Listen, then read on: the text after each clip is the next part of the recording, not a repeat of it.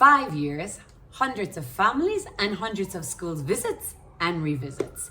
My name is Sinead Galvin. I am the founder of Steps into Spain Education Consultancy in Madrid, and we are celebrating our 5-year anniversary. So here's what we've learned and I would like to share with you over these past 5 years. Lesson number 1, there is no such thing as a perfect school.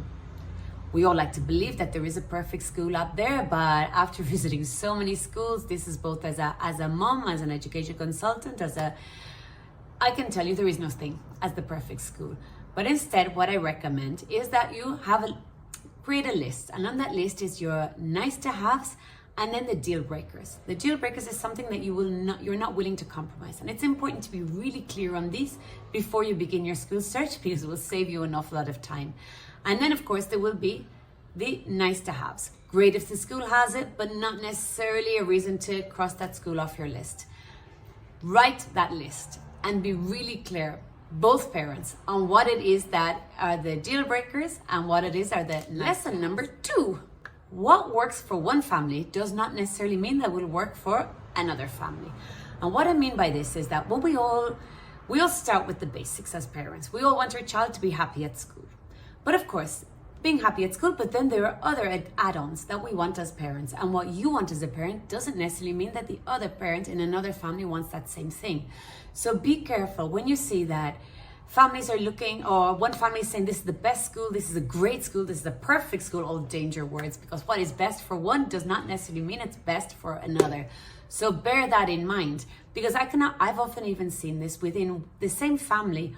One sibling does better in one type of school and another sibling does better in a different type of school. So be clear on what it is that you want as a family, and then perhaps align that with the other family to make sure that what is best for them is going to be best for you. Lesson number 3, it takes time. For any new child starting in a new school and perhaps in a new country, and quite likely in a new language, it takes time.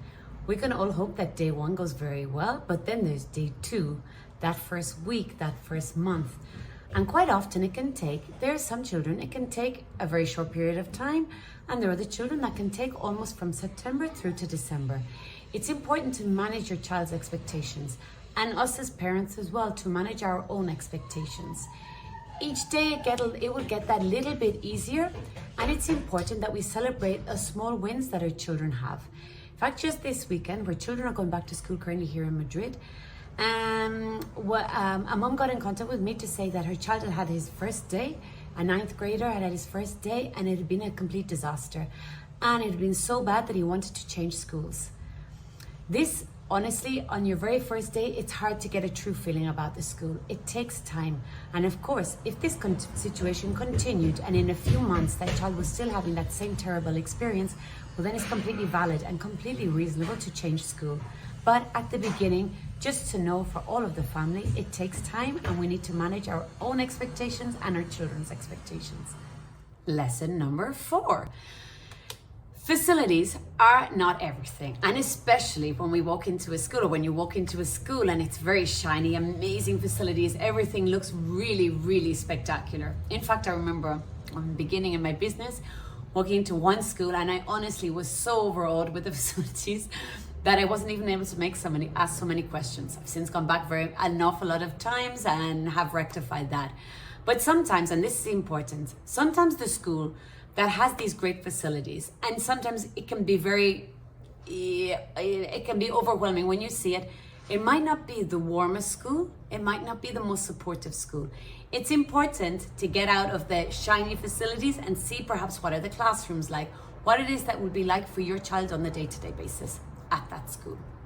Lesson number 5, and this is all about relationships. They really do matter.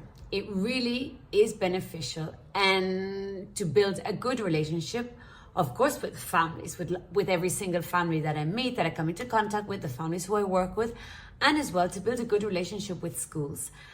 These always have paybacks in the sense that you need a certain information, you need it really quickly. All I've got to do is send a quick note, quick call. I'm in with the school and I already have the information that I need. Sometimes, unfortunately, schools are a little slow to get back to emails and phone calls. And that's why I put in the time to build a good relationship, to be on first name basis with almost all of the schools here in Madrid.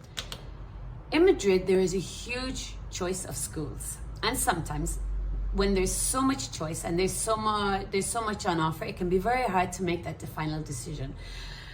I think as humans, we always think if the first school that I saw, well, maybe that's not the right one. I need to go to another one, then to another one, then to another one. So how to prepare your school search in Madrid? Begin to look, of course, the school websites are an obvious place to begin. But remember, the school websites is the school's shop window. The best, the most attractive, the best things, the strengths of the school is what's on that website. You're never going to find something that the school maybe struggles a little bit. Another is to speak to other parents. That's the obvious one. Parents at the school, perhaps ask those questions on social media or different forums. Or you can also, of course, choose to work with a professional, a person who dedicates their time to working with schools in Madrid, visiting those schools and getting the insider knowledge and insights that are especially important for families. So that's what I've learned in 5 years of Steps into Spain. I want to thank all of the families who have trusted me to find the right school for their child, the schools, and a very active community over on Facebook, Madrid Education. That brings me to the end of this chapter. Here we go, on to the next chapter, and to help even more families to find the right school for their child in Madrid. If you're confused about admissions and how it works in schools here in Spain, download the free guide that I've prepared for you.